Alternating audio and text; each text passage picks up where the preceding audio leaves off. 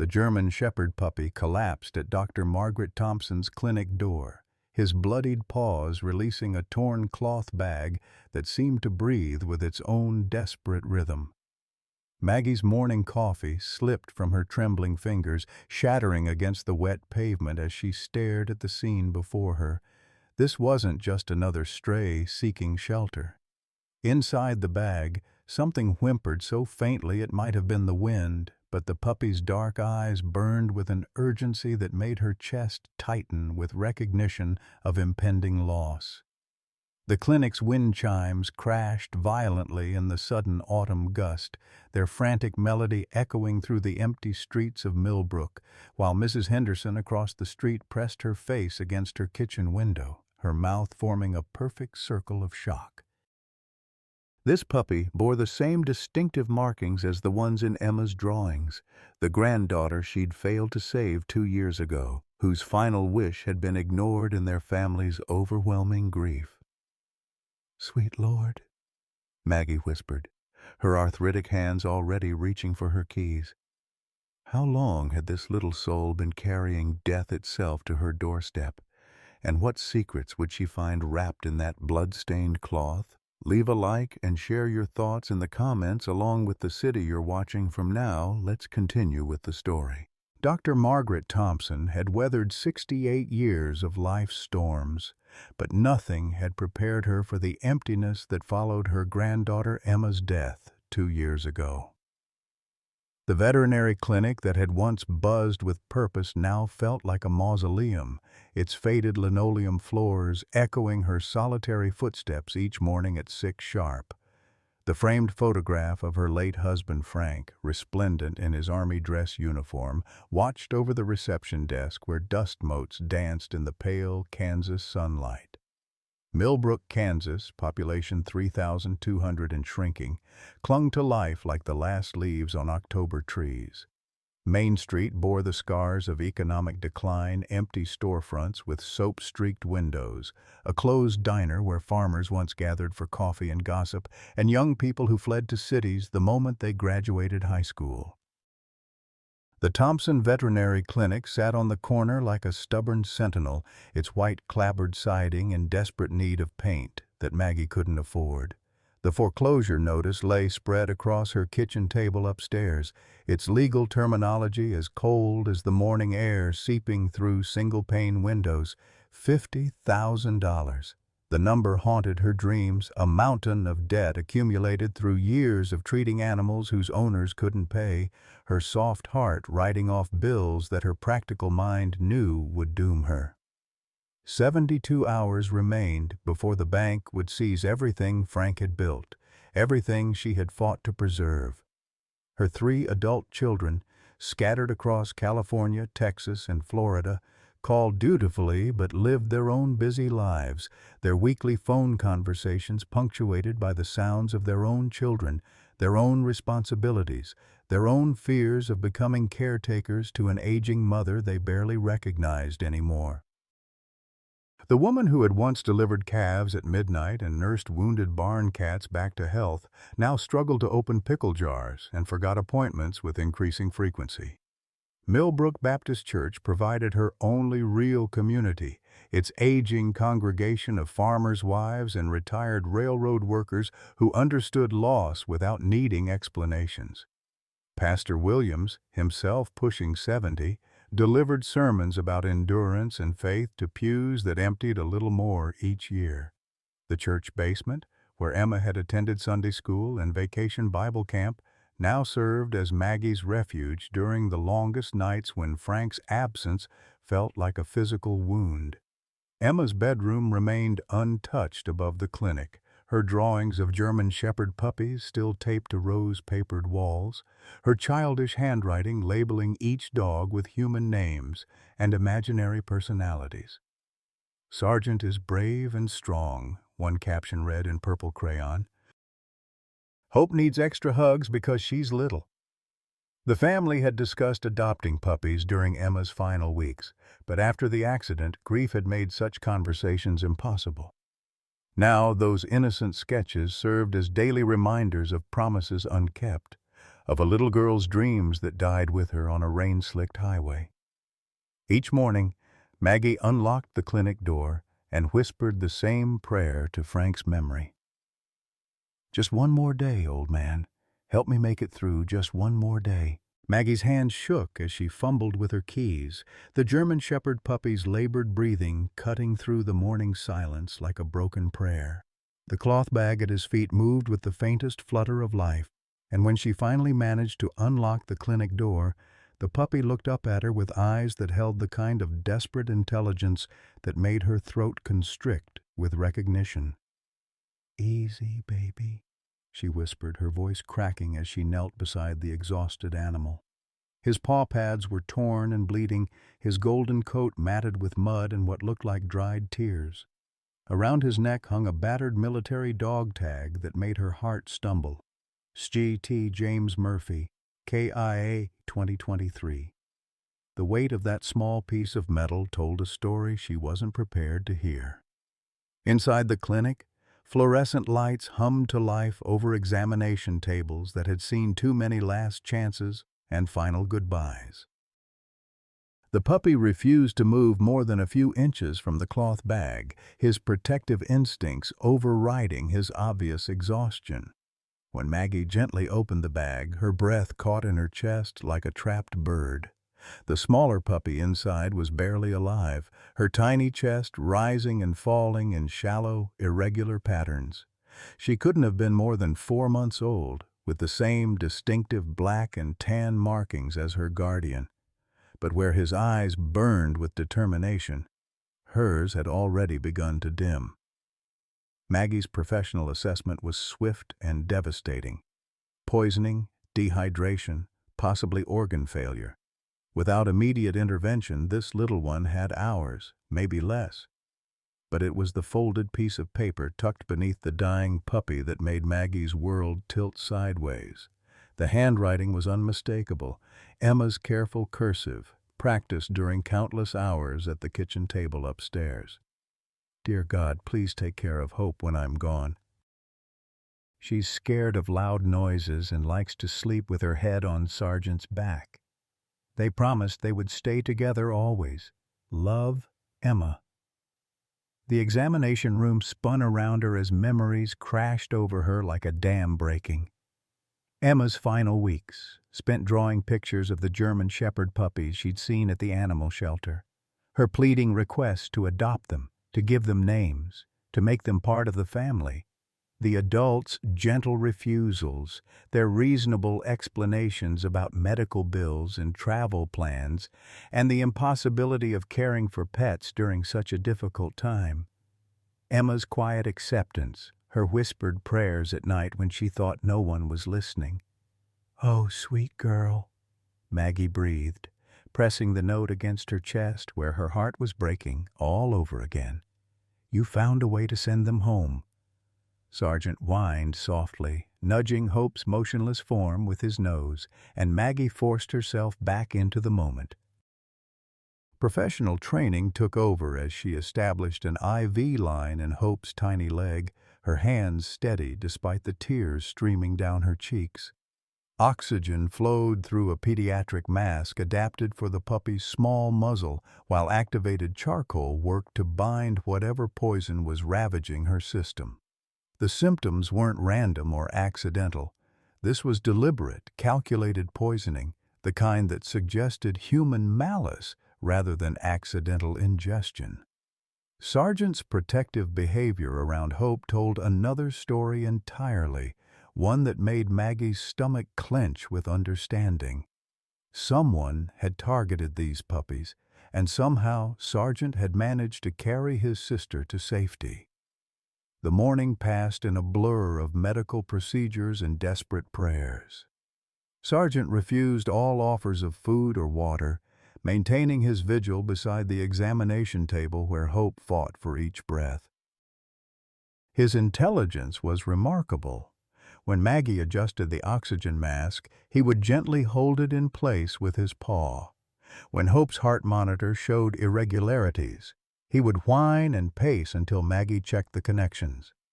By noon, Hope's condition had stabilized enough for Maggie to step back and truly assess what Emma's final gift meant. These weren't just any puppies. They were the specific animals Emma had loved from afar, the ones she'd drawn with such careful detail, the ones she'd named with the confidence of a child who believed in happy endings. Somehow, through circumstances Maggie couldn't yet understand, Emma's dying wish had traveled through time and tragedy to land at her doorstep. The phone rang as she was adjusting Hope's IV drip, and the caller ID made her blood run cold. First National Bank of Millbrook. The foreclosure proceedings would begin Monday morning unless payment was received in full. 72 hours to find $50,000 or lose everything Frank had built, everything Emma had loved about this place. Sargent looked up at her then, those intelligent brown eyes seeming to understand the weight of the moment. His tail gave the faintest wag, as if to say they'd made it this far together, and they weren't giving up now. Outside, the October wind rattled the windows, carrying the scent of changing seasons and the promise that nothing would ever be the same again. The second day brought no improvement in Hope's condition, and Maggie found herself facing the kind of impossible choice that had defined too much of her recent life. The tiny puppy's breathing had grown more labored overnight, her heart rate dropping to dangerous levels that made the monitor's steady beeping sound like a countdown to heartbreak. Sargent hadn't moved from his post, his large frame curled protectively around the examination table, refusing even water when Maggie offered it. The morning brought unexpected visitors. News traveled fast in Millbrook, and by 10 o'clock, a steady stream of church ladies had appeared with casseroles and prayers, their weathered faces creased with the kind of concern that small towns reserved for their own. Mrs. Henderson from across the street brought homemade biscuits and stayed to help answer phones, while Ethel Morrison, the pastor's wife, organized a prayer circle right there in the waiting room. But it was the arrival of Rick Sterling at 11:30 that changed everything. Maggie looked up from adjusting Hope's IV to find a tall, well-dressed man standing in her doorway, his expensive suit incongruous against the clinic's worn linoleum and faded wallpaper. She recognized him immediately. Everyone in Millbrook knew Rick Sterling, the successful real estate developer who'd moved to town 5 years ago and seemed to have the golden touch with every business venture he touched. "Dr. Thompson," he said, his voice carrying the smooth confidence of a man accustomed to getting his way. "I heard about the puppies. Terrible situation." His eyes swept over the examination room, taking in Hope's small form surrounded by medical equipment, Sargent's unwavering vigil, the organized chaos of a veterinary crisis. "I'd like to help." Before Maggie could respond, he was reaching into his jacket pocket and withdrawing a thick envelope. $10,000, he announced, placing it on the counter with the casual air of someone for whom such amounts were pocket change. "Cash. No strings attached, no publicity required. I just believe in supporting our community's charitable efforts." The money sat between them like a loaded gun. $10,000 would cover Hope's immediate medical needs, the specialized blood work, the surgical intervention she would likely require if she was going to survive. It would buy time, hope, a fighting chance for Emma's beloved puppy.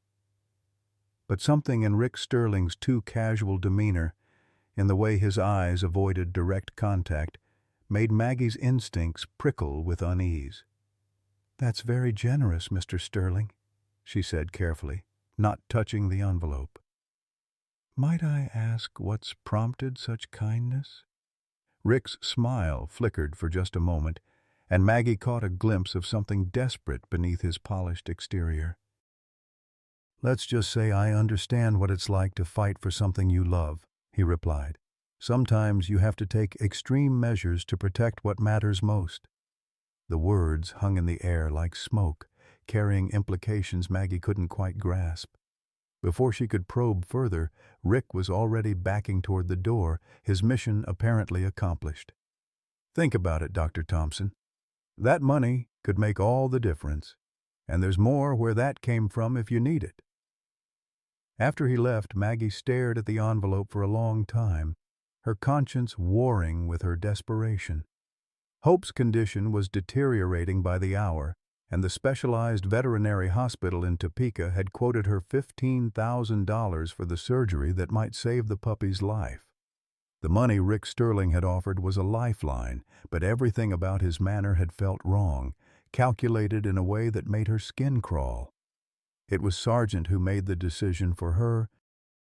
As afternoon faded into evening, the intelligent puppy began displaying behavior that made Maggie's breath catch in her throat. Every few minutes, he would rise from his position beside Hope and walk to the window, staring out at the parking lot with his ears pricked forward in alert attention. When cars passed on Main Street, his hackles would rise slightly, and he would emit a low, almost inaudible growl that spoke of recognition and threat. Maggie followed his gaze and felt her blood chill. Across the street, barely visible in the shadows beside Henderson's hardware store, a dark sedan sat with its engine running. She couldn't make out the driver's face, but something about the vehicle's positioning perfect surveillance of her clinic's front entrance made her mouth go dry with understanding. The pieces began falling into place with horrible clarity. The deliberate nature of Hope's poisoning, Rick Sterling's suspiciously timed appearance with exactly the amount of money she needed, his nervous demeanor and cryptic words about taking extreme measures, and now the watching car, the sense of being studied like a specimen in a jar. When retired Police Chief Harold Morrison stopped by at closing time to check on the puppies, Maggie pulled him aside and shared her growing suspicions. Hank had served Millbrook's law enforcement for 35 years before retiring, and his weathered face grew increasingly grim as she described the day's events. "Rick Sterling's been buying up properties all over this end of town," Hank said slowly, his voice carrying the weight of uncomfortable realization. "Always seems to get them for below market value, too. Folks just eager to sell and move on, you know?" They stood together in the gathering darkness, watching Sargent maintain his protective vigil over Hope, both of them beginning to understand that the puppy's arrival had pulled them into something far more dangerous than a simple veterinary emergency.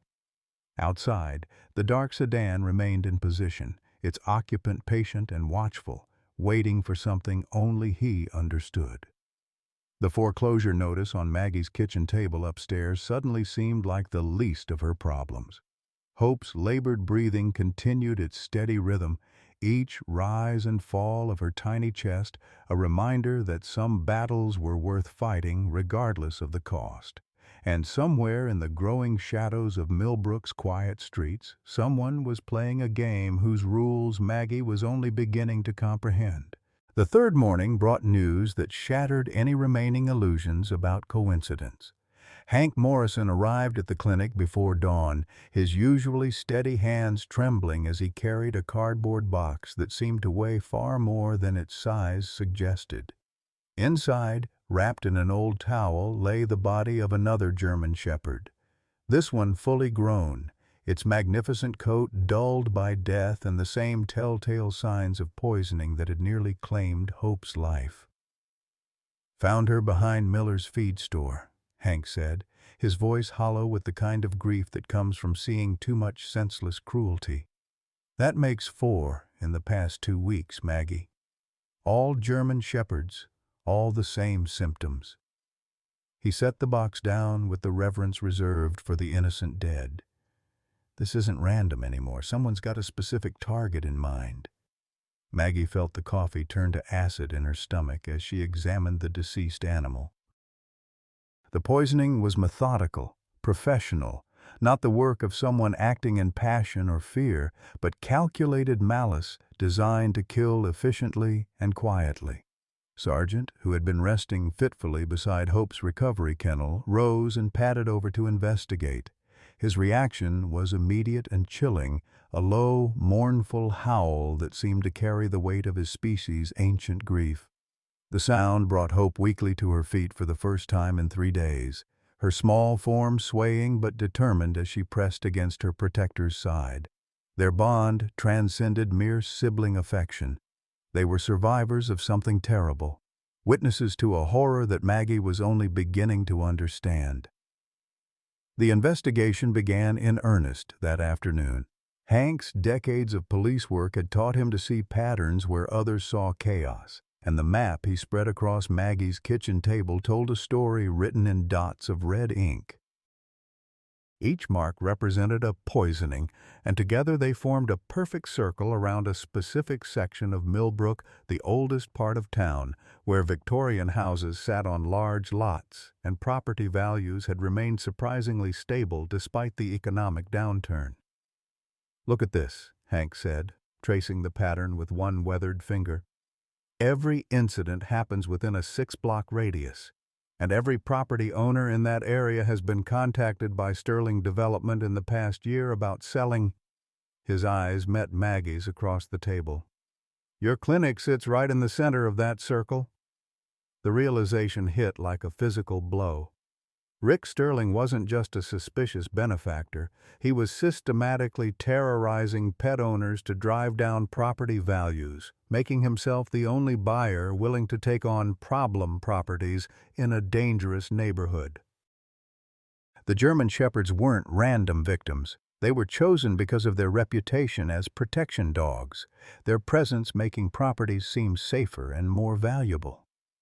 That evening brought an unexpected ally in the form of Sarah Sterling, Rick's wife, who appeared at the clinic's back door after closing hours with her 12-year-old son Kevin in tow.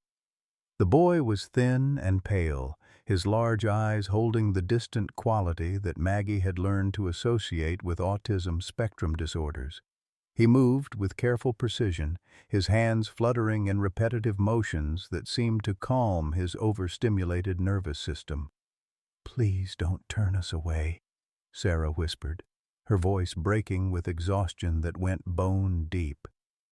"Kevin hasn't spoken in 3 days, not since the nightmares started. He keeps drawing pictures of dogs, and I found your clinic's address written on his wall in crayon."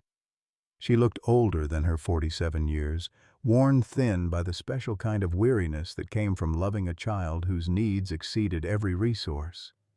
Kevin's reaction to Sargent was immediate and profound. The boy, who hadn't made eye contact with his own mother, dropped to his knees beside the German Shepherd, his hands moving in the precise, gentle motions of someone who understood animals on a cellular level. Sargent, in turn, seemed to recognize a kindred spirit, another soul who experienced the world differently, who saw truths that others missed. "Dogs dying," Kevin whispered, the first words he'd spoken in days. His voice was soft and monotone, but each syllable carried the weight of absolute certainty. "Bad man makes dogs die. Daddy cries at night." Sarah's face went white. "What did you say, baby?" But Kevin was already moving toward Hope's kennel, his movements sure and purposeful. The recovering puppy, who had been listless and withdrawn since her ordeal, lifted her head and gave a weak tail wag, the first sign of genuine recovery Maggie had seen. Whatever poison had nearly claimed her life was finally loosening its grip, and Kevin's presence seemed to accelerate her healing in ways that medicine alone couldn't achieve. "Kevin has a gift with animals," Sarah explained, tears streaming down her cheeks as she watched her son gently stroke Hope's fur. "The doctors say it's part of his autism. He processes emotional connections differently than neurotypical children. But Rick doesn't understand. He thinks Kevin's condition is something to be fixed, cured, overcome." Her voice turned bitter. "He's spent our life savings on experimental treatments, convinced that if he just tries hard enough, he can make Kevin normal." The financial pressure began to make horrible sense. Rick's desperation to secure the shopping center development wasn't driven by greed. It was motivated by a father's misguided love for a son he couldn't accept as he was. The experimental autism treatment Sarah described cost hundreds of thousands of dollars, and insurance companies routinely denied coverage for anything not considered standard care. "He's not evil," Sarah continued, her voice barely audible as Kevin hummed tunelessly to Hope, who had fallen into the first peaceful sleep Maggie had witnessed since her arrival. "He's just broken. The doctors keep promising breakthroughs, keep taking our money for treatments that don't work, and Rick keeps believing that the next one will be different. That the next check will buy Kevin a normal life." The dark sedan had returned, parked in its now familiar position across from the clinic, and Maggie realized with growing dread that Rick was watching his own wife and son, monitoring their movements with the same cold calculation he'd applied to his poisoning campaign.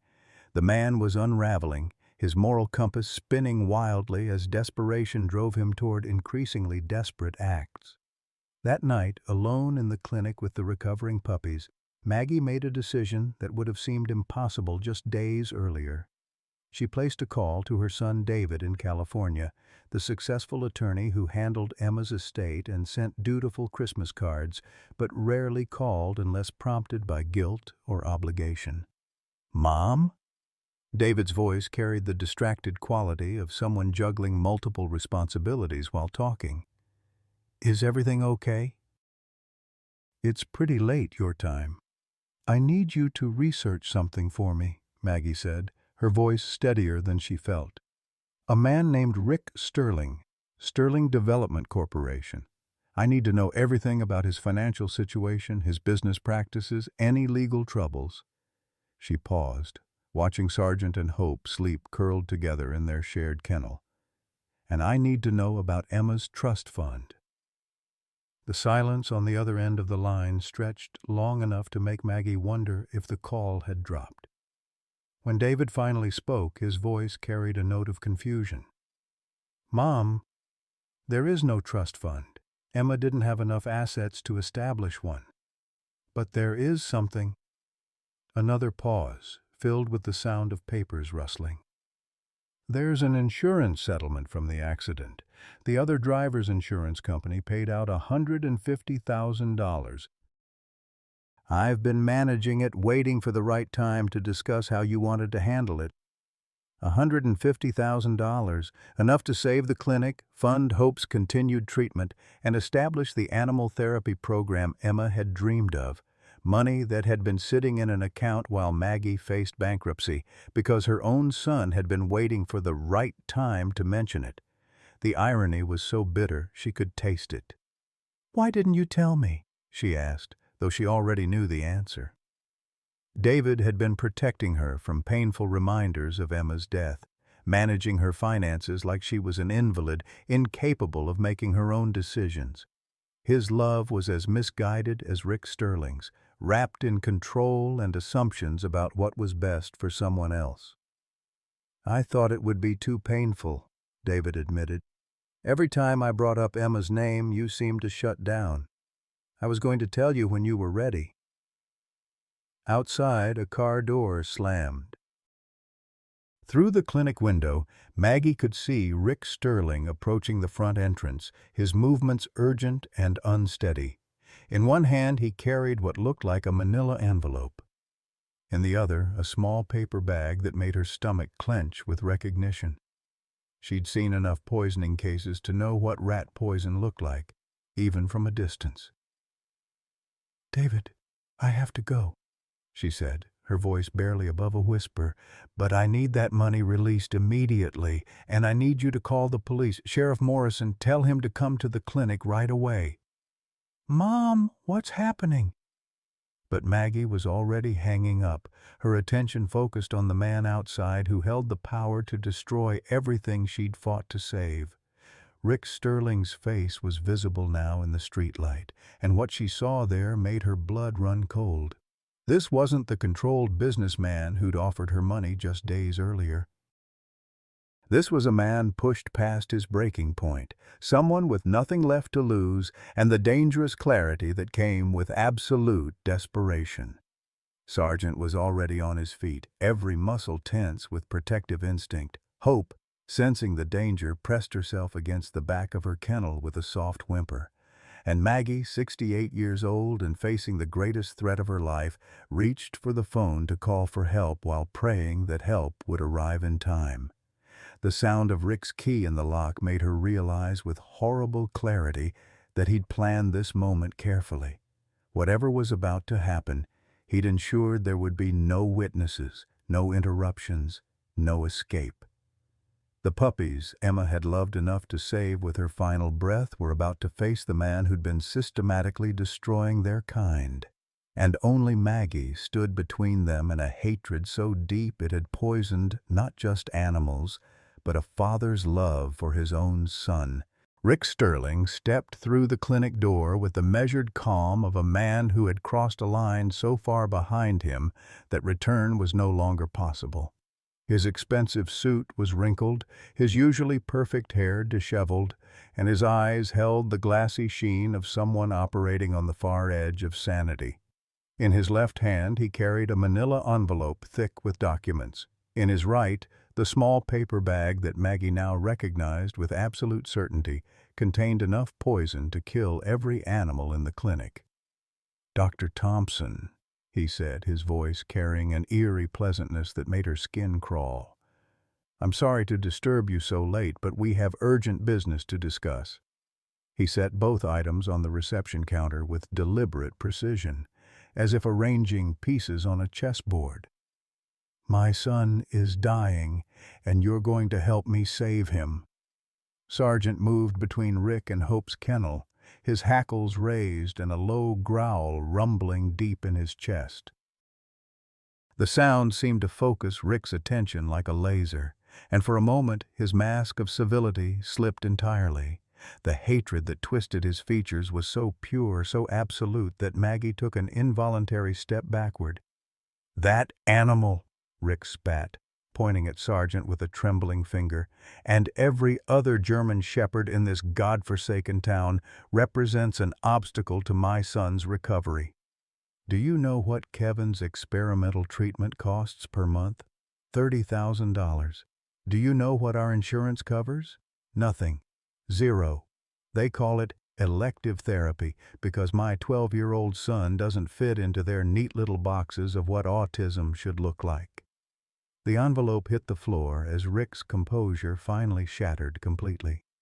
Papers scattered across the worn linoleum, medical bills, insurance denials, treatment facility estimates, and loan documents that painted a picture of a man drowning in debt incurred through desperate love. Maggie caught glimpses of numbers that made her own financial troubles seem insignificant. $400,000 owed to experimental clinics, $150,000 in credit card debt, a second mortgage on their home that exceeded its current value. "I had a plan," Rick continued, his voice rising with each word. "Buy the properties in this neighborhood cheap, demolish everything, build a shopping center that would generate enough income to pay for Kevin's treatments. But these damn dogs made people feel safe, made them think their properties were worth something. Every German shepherd in this area added $10,000 to asking prices I couldn't afford to pay." The truth of his systematic poisoning campaign spilled out like pus from an infected wound. He'd researched the neighborhood demographics, identified properties with German shepherds, and begun his campaign of terror with the clinical precision of a military operation. The poison was purchased through shell companies, distributed in meat treats left in strategic locations, designed to kill quickly and quietly without obvious traces. 7 dogs, he said, the number falling from his lips like a confession. 7 beautiful, innocent animals died because I convinced myself that Kevin's life was worth more than theirs. And you know what the worst part is? The treatments aren't working anyway. Kevin gets worse every day, more withdrawn, more frightened of the world I'm supposedly trying to fix for him. Hope whimpered from her kennel, the sound cutting through Rick's manic monologue like a knife through silk. His attention snapped to the recovering puppy, and Maggie saw murder crystallize in his eyes. This wasn't just about real estate anymore. This was about a man so deep in his own moral quicksand that he'd convinced himself more killing would somehow justify the killing that had come before. "I came here tonight to finish what I started," Rick said, reaching for the paper bag with steady hands that belied the madness in his voice.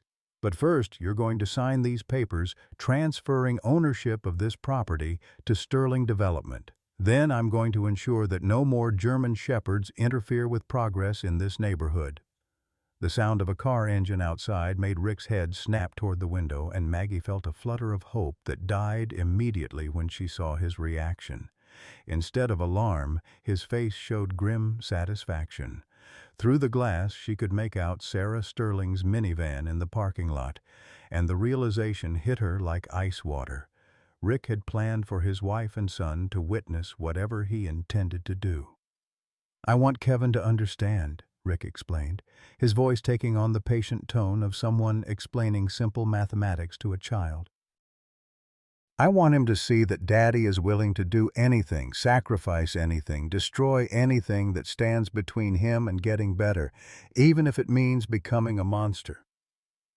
The front door chimed as Sarah and Kevin entered, the 12-year-old boy moving with the careful, precise steps that characterized his navigation of a world that often overwhelmed his senses. Kevin took one look at the scene.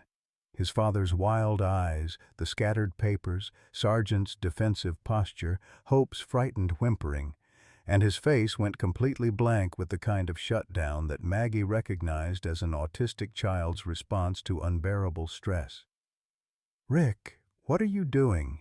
Sarah's voice carried the exhausted desperation of a woman who'd watched her husband's sanity erode month by month, treatment by treatment, disappointed hope by disappointed hope. "Kevin wanted to check on the puppies, but when we got here—" She gestured helplessly at the chaos of the clinic, the evidence of her husband's complete breakdown scattered across the floor like broken dreams. "I'm saving our son," Rick replied, his voice unnaturally calm as he opened the paper bag and began removing small wrapped packages that looked exactly like the dog treats Maggie had seen advertised in veterinary supply catalogs. "I'm eliminating the obstacles that prevent us from getting the money we need for Kevin's recovery." Kevin's reaction was immediate and devastating. The boy, who rarely made sounds beyond necessary communication, began to keen, a high, wordless wail of distress that seemed to come from the deepest part of his soul. He dropped to his knees beside Sargent, his arms wrapping around the German shepherd's neck in a gesture of protection that transcended species barriers. "No hurt dogs," Kevin whispered, his voice barely audible beneath his continued keening. "Dogs good. Dogs help. Daddy bad now?" The simple, honest words hit Rick like physical blows. His son, the child for whom he'd convinced himself every atrocity was justified, was rejecting not just his actions, but the fundamental premise that had driven him to commit them. Kevin didn't want to be fixed badly enough to require the death of innocent animals. Kevin, in his pure, unfiltered way, understood that love couldn't be built on a foundation of cruelty. "You don't understand," Rick said, but his voice had lost its certainty, his hands beginning to shake as he held the poisoned treats. "The doctors say with enough treatment, enough therapy, you could be normal. You could have friends, go to regular school, have a regular life." Kevin looked up at his father with eyes that held an intelligence Rick had never bothered to recognize. "Kevin already have life," the boy said with the careful enunciation of someone for whom speech required enormous effort. "Kevin help dogs. Dogs help Kevin. Normal stupid." The truth of it hung in the air like morning fog, visible and undeniable. Rick had been so focused on changing his son that he'd never bothered to understand him. Kevin's condition wasn't a tragedy to be cured, but a difference to be accommodated, a unique way of experiencing the world that brought its own gifts alongside its challenges. The thousands of dollars spent on treatments Kevin didn't want, the debt that had driven Rick to murder, the systematic destruction of innocent lives. All of it had been based on Rick's inability to accept his son as he was. Sarah moved slowly toward her husband, her hands outstretched in the universal gesture of someone approaching a dangerous animal. "Kevin's right, Rick. He doesn't need to be fixed because he isn't broken. We're the ones who are broken. We've been so focused on changing him that we stopped seeing him." The poisoned treats fell from Rick's nerveless fingers, scattering across the floor like deadly confetti. The sound seemed to snap something inside him, and he collapsed into one of the waiting room chairs with all the sudden deflation of a punctured balloon. The crying that followed was ugly and raw, the sound of a man confronting the full weight of what he'd become in service to a love he'd never bothered to understand. Outside, the wail of police sirens grew steadily louder, and Maggie realized that David had managed to reach Sheriff Morrison despite the late hour. Help was coming, but she found herself wondering if it was too late to save anything beyond the immediate crisis. Rick Sterling had destroyed 7 innocent lives and his own family's peace in service to a goal that had never existed outside his own tortured imagination. Hope's soft whimper brought the room back to focus, and Kevin gently extricated himself from Sargent's protective embrace to approach her kennel. The recovering puppy's tail gave the faintest wag as the boy knelt beside her, his presence seeming to calm her in ways that medicine alone couldn't achieve. "Dogs forgive," Kevin said softly, his words carrying a wisdom that made every adult in the room feel small and ashamed. "People should learn."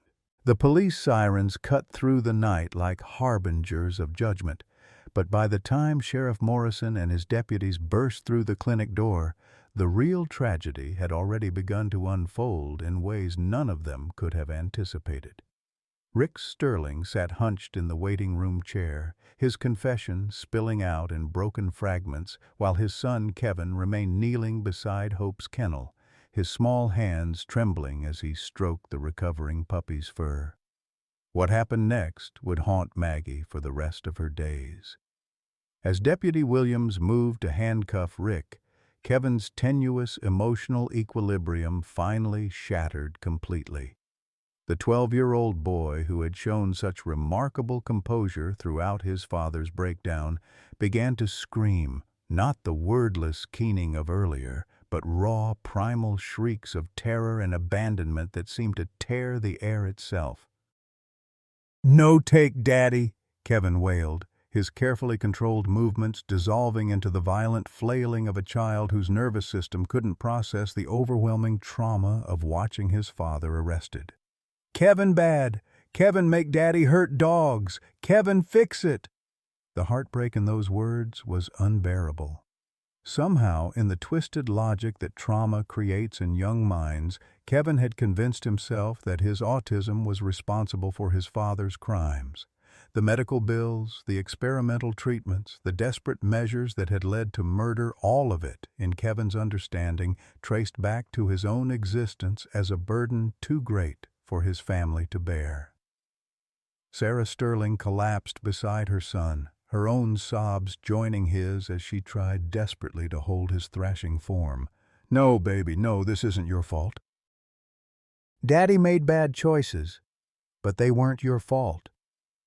But Kevin was beyond hearing, lost in a meltdown so severe that his usual coping mechanisms had completely abandoned him. The arresting officers stood frozen, their training inadequate for the scene unfolding before them. Rick Sterling, the man they'd come to arrest for a series of animal poisonings, was watching his autistic son's complete psychological collapse with the hollow-eyed stare of someone who had finally grasped the true cost of his actions.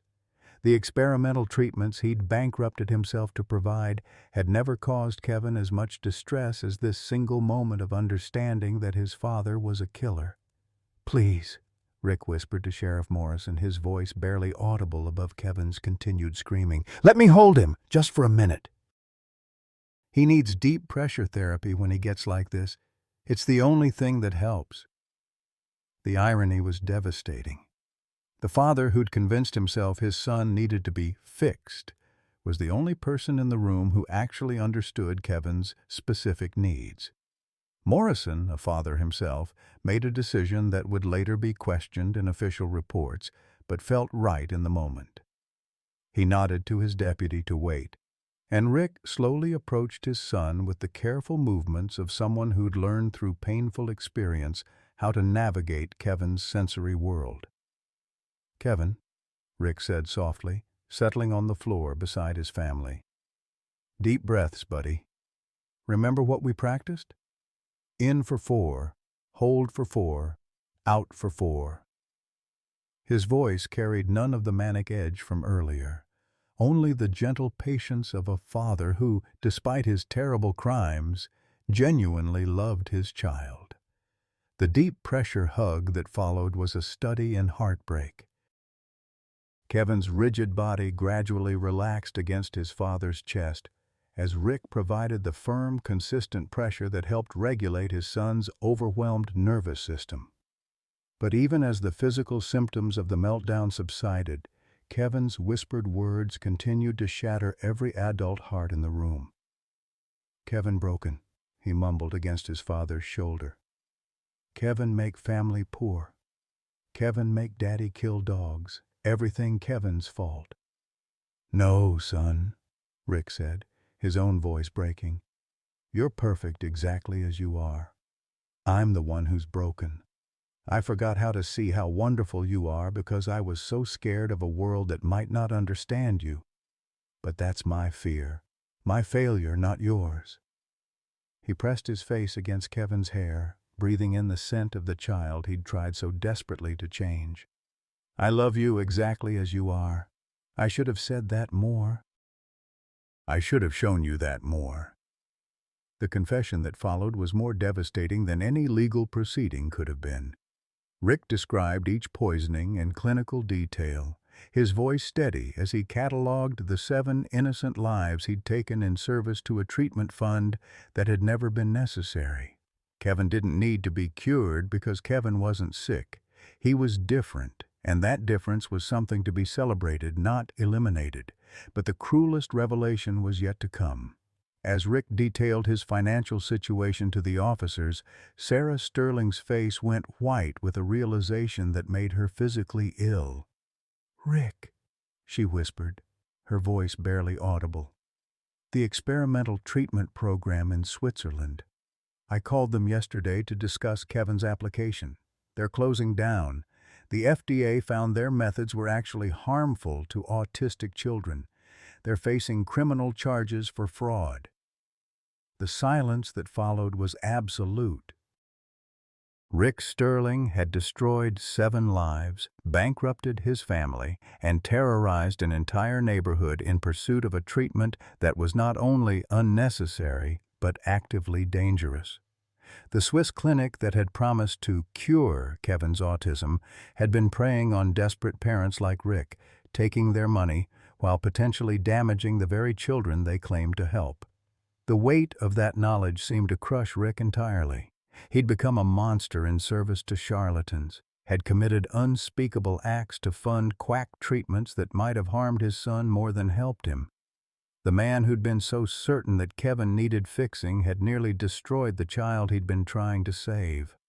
Hope's soft whimper from her kennel cut through the devastating silence, and Kevin lifted his head from his father's shoulder with the careful movements of someone emerging from deep water.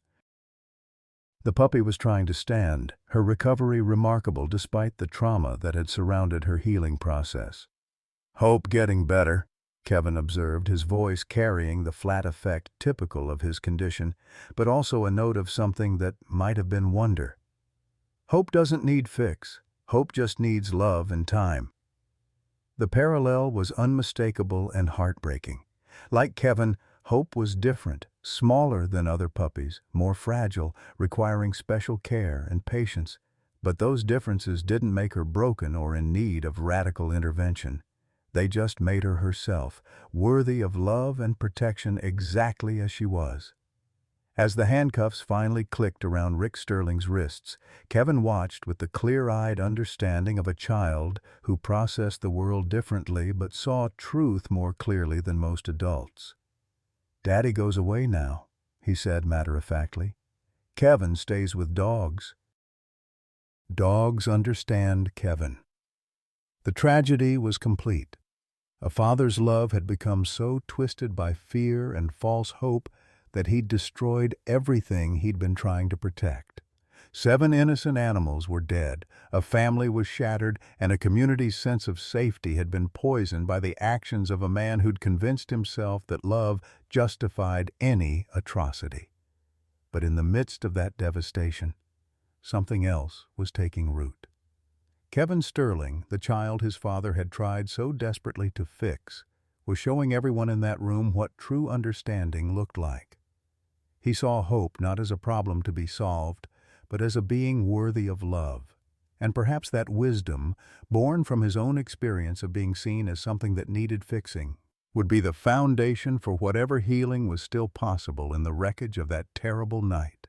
The dawn that followed Rick Sterling's arrest brought revelations that would reshape everything Maggie thought she understood about loss, love, and the mysterious ways that healing finds its path through the darkest circumstances. As she sat in the clinic's kitchen with Sheriff Morrison going through the evidence Rick had left scattered across her floor, one document made her hands tremble so violently she nearly dropped her coffee cup. It was a veterinary report dated 3 months before Emma's death, detailing the initial health assessment of 2 German Shepherd puppies brought to the county animal shelter. The puppies' names, written in Emma's careful cursive, were listed as Sergeant and Hope. But it was the final notation that stopped Maggie's heart. Puppies reserved for adoption pending family approval. Contact Emma Thompson, age 8, Millbrook Veterinary Clinic. Emma hadn't just dreamed about these puppies. She had actually arranged their adoption, had filled out paperwork with the determination of a child who believed adults would eventually come around to her way of thinking. The shelter director's notes revealed that Emma had visited weekly, had helped socialize the puppies, had even begun basic training with them, using techniques she'd learned from library books about dog care. "She never told us," Maggie whispered, tears streaming down her cheeks as she read her granddaughter's careful plans. Emma had mapped out feeding schedules, exercise routines, even veterinary care plans with the thoroughness of an adult. She was trying to prove she was responsible enough, mature enough to convince us to say yes. But the cruelest revelation was yet to come. According to the shelter records, Emma had used her own birthday money, $200 saved over months from gifts and chores, as a deposit on the puppy's adoption fees. She'd been so certain that love would find a way, so confident that her family would eventually see what she saw in Sergeant and Hope's potential. Sheriff Morrison cleared his throat gently. "There's more, Maggie. The shelter director says Emma had them put both puppies in their therapy dog training program. Apparently, she told them she knew children who would benefit from animal-assisted therapy." He paused, watching her face carefully. She was training them to help other kids cope with trauma and illness. The words hit Maggie like physical blows. Emma, facing her own terminal diagnosis, had been planning to use her beloved puppies to help other children navigate the same kind of pain she was experiencing. Even at 8 years old, she'd understood something that the adults around her had missed. Healing often came not from fixing what was broken, but from connecting with others who understood what it meant to be different, vulnerable, in need of unconditional love. The morning brought another visitor that changed everything. David Thompson arrived from California with red-rimmed eyes and a briefcase full of documents, his usually immaculate appearance rumpled from an overnight flight. Maggie's successful attorney son looked nothing like the polished professional who sent Christmas cards and birthday checks. He looked like a man who'd finally understood the weight of his own failures. "Mom," he said, setting the briefcase down with shaking hands, "I need to tell you about Emma's trust fund. There isn't one, but there should be. There should be something magnificent and lasting and worthy of who she was." His voice cracked as he opened the briefcase to reveal not legal documents, but a carefully preserved collection of Emma's drawings, writings, and plans. "I found these in her bedroom when we cleaned out the house after the accident," David continued. "I couldn't bear to show them to you then. I thought they would be too painful. But I was wrong. I was protecting you from the very thing that could have helped you heal." The drawings were breathtaking in their detail and imagination. Emma had sketched not just Sergeant and Hope, but dozens of other animals, all accompanied by careful notes about their personalities, their needs, their potential to help others. She'd drawn herself as a veterinarian like her grandmother, working alongside therapy animals to bring comfort to sick children, elderly people in nursing homes, veterans struggling with trauma. One drawing in particular made Maggie's breath catch in her throat. It showed the Millbrook Veterinary Clinic transformed into something grander, a healing center where people and animals work together to overcome pain. In Emma's 8-year-old handwriting, the sign above the door read, "Emma's Place, where love heals everything." But it was Emma's final journal entry, dated just 2 days before the accident, that revealed the true scope of her vision. "Dear future me, I know I might not get to grow up to be a veterinarian like Grandma Maggie, but I want someone to know about my plan. Dogs like Sergeant and Hope aren't just pets. They're healers. They can help kids who are scared in hospitals, and old people who are lonely, and soldiers who have nightmares. I've been reading about therapy dogs, and I think Millbrook needs some. If something happens to me, I hope someone will remember that animals love us even when we're broken, and maybe that's exactly what broken people need most." The wisdom in those words, written by a child facing her own mortality, was staggering. Emma had seen beyond her own tragedy to envision a legacy that could transform pain into purpose, loss into love. She'd understood intuitively what Rick Sterling had missed in all his desperate searching for cures. Sometimes the greatest healing came not from fixing what was different, but from celebrating and utilizing those differences to help others. David's voice was barely above a whisper as he continued. "The insurance settlement from Emma's accident? It's not just money, Mom. It's seed funding for Emma's vision. $150,000 to establish the therapy dog program she dreamed about. The lawyer in me has been managing it like an investment, but the father in me knows what Emma would have wanted." The revelation recontextualized everything that had happened over the past week. Sergeant and Hope hadn't just stumbled upon Maggie's clinic by accident. They'd been guided there by a plan that Emma had set in motion 2 years before her death. Her careful preparation, her training notes, her systematic approach to creating a therapy dog program had all been leading to this moment when her vision would finally find the right person to bring it to life. But the most devastating revelation was yet to come. Sarah Sterling arrived at the clinic that afternoon with Kevin, who had spent the night at his aunt's house while his father was processed through the legal system. The boy's reaction to seeing Sergeant and Hope together was immediate and profound. He dropped to his knees beside their shared kennel, his usual careful movements replaced by the fluid grace of someone who'd found his element. "The autism specialist we consulted in Kansas City mentioned something interesting," Sarah said, watching her son interact with the puppies with a skill that seemed almost supernatural. She said that many children on the spectrum have an intuitive understanding of animal behavior that neurotypical people lack. Kevin processes emotional and sensory information differently, which sometimes makes him more sensitive to what animals need. As if to prove her point, Kevin was gently encouraging Hope to walk, his movements perfectly calibrated to her energy level and physical limitations. When she grew tired, he sat beside her kennel and hummed tunelessly, the same self-soothing behavior that his father had tried so desperately to eliminate through expensive treatments. "Kevin helped Hope learn to help others," the boy said in his careful, precise way.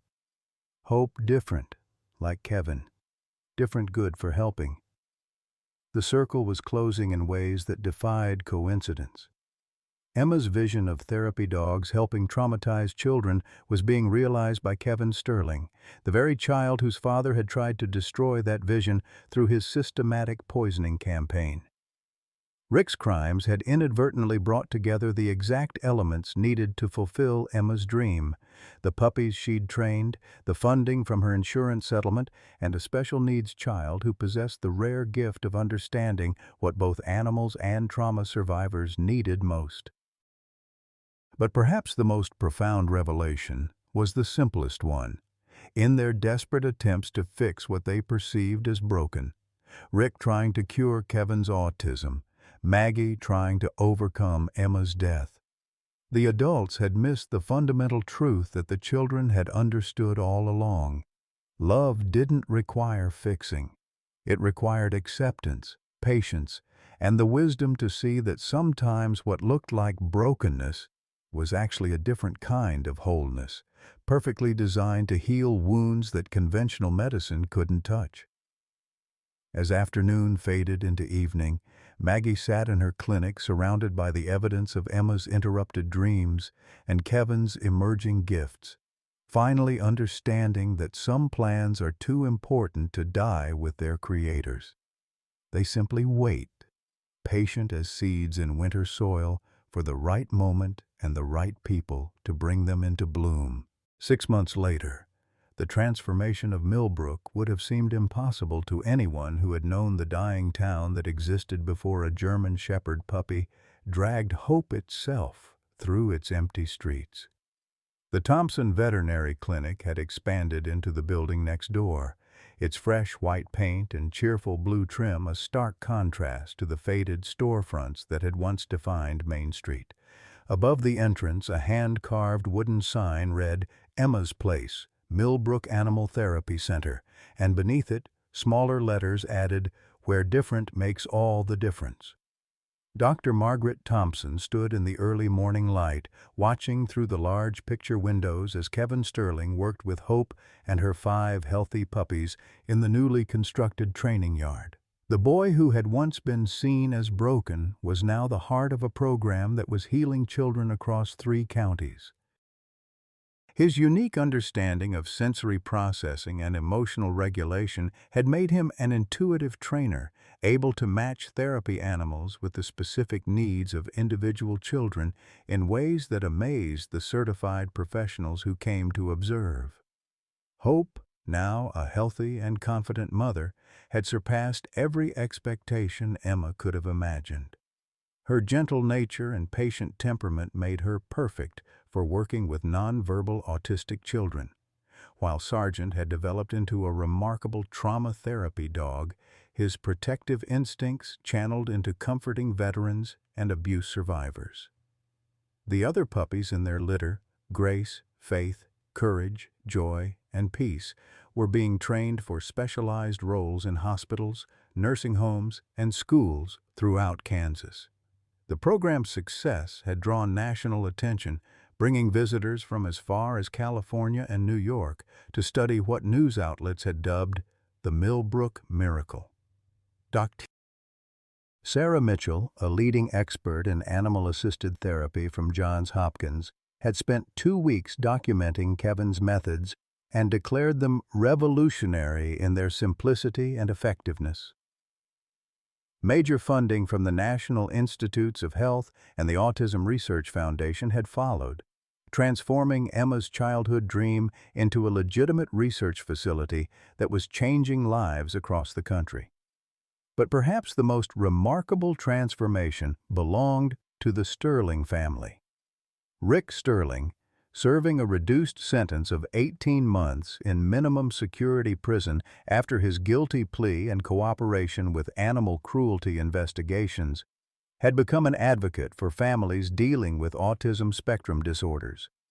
From his cell, he wrote letters to parents around the country, sharing his story as a cautionary tale about the dangers of seeking cures for differences that didn't need to be fixed. "I spent Kevin's entire childhood trying to change him into someone else," he wrote in an essay that had been published in Autism Speaks magazine. "I was so focused on what I thought he couldn't do that I never bothered to discover what he could do better than anyone else. My crimes weren't just against the innocent animals I killed. They were against my own son, who deserved a father who celebrated his gifts instead of mourning his differences." Sarah Sterling had filed for divorce during Rick's legal proceedings, but their relationship had evolved into something deeper than their troubled marriage had ever been. She brought Kevin to visit his father every week, and their conversations now focused on Kevin's remarkable progress and the lives he was helping to heal. Rick's genuine pride in his son's achievements, free from the desperate need to fix him, had given Kevin something he'd never had before: a father who truly saw him for who he was. The boy who had once been subject to painful and expensive treatments was now featured in medical journals as an example of how autistic children could thrive when their unique abilities were recognized and nurtured. Kevin's therapy dog training methods had been adopted by facilities in 12 states, and he'd been invited to speak at conferences through video presentations that accommodated his communication style. David Thompson had moved his law practice from California to Millbrook, establishing himself as the legal guardian of Emma's legacy and the foundation that bore her name. His relationship with his mother had deepened beyond the dutiful phone calls and holiday visits that had characterized their previous connection. Working together to build Emma's place had given them a shared purpose that bridged the generational gap that grief had created. The clinic itself had become a destination for families dealing with trauma, autism, PTSD, and dozens of other conditions that conventional medicine struggled to address. Children who had been mute for months after abuse found their voices while grooming Hope's puppies. Veterans suffering from nightmares learned to sleep peacefully with Sargent at their sides. Elderly residents of the county nursing home experienced reduced depression and improved cognitive function during weekly visits from the therapy team. Maggie, now 69 but looking younger than she had in years, served as the program's director emeritus, training new veterinarians in the specialized care that therapy animals required. Her expertise had been recognized by the American Veterinary Medical Association, which had established the Margaret Thompson Award for Innovation in Animal-Assisted Therapy to honor practitioners who followed her example of seeing beyond traditional treatment modalities. The financial transformation had been equally remarkable. Emma's insurance settlement, combined with federal grants and private donations, had not only saved the clinic from foreclosure, but had made it one of the most well-funded animal therapy programs in the Midwest. The economic impact on Millbrook had been transformative. Families from across the region moved to town to access the program's services, revitalizing the local economy and bringing new life to a community that had been slowly dying. Pastor Williams at Millbrook Baptist Church had expanded his congregation's outreach ministry to support Emma's Place, organizing volunteer programs that brought together people of all ages and backgrounds in service to the healing mission. The church basement that had once hosted sparse potluck dinners now buzzed with activity as volunteers made toys for therapy animals, organized fundraising events, and provided respite care for families traveling long distances to access the program's services. But it was the smaller, quieter transformations that moved Maggie most deeply.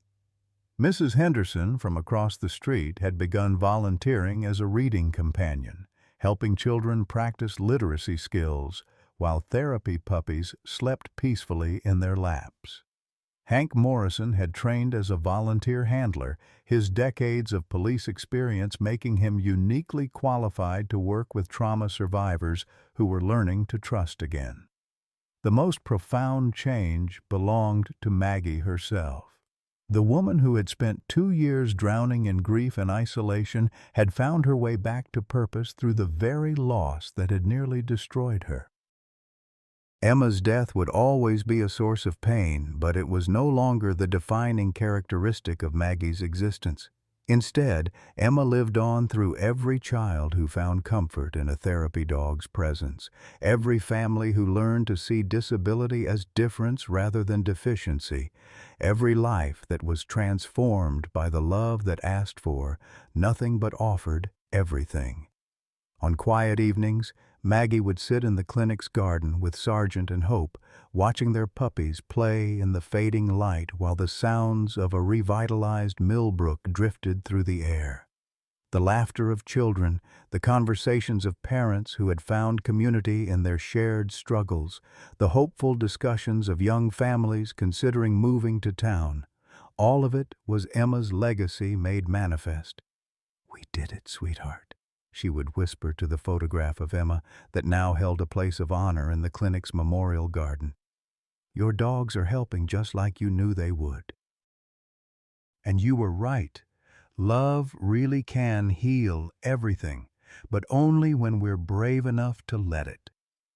The story that had begun with tragedy and cruelty had transformed into something that defied every expectation. A man's desperate attempt to destroy what he saw as obstacles to his son's healing had inadvertently created the exact conditions needed for that healing to flourish. The puppies he had tried to eliminate had become the instruments of his son's greatest triumph. The clinic he had tried to force into bankruptcy had become a beacon of hope for families across the nation.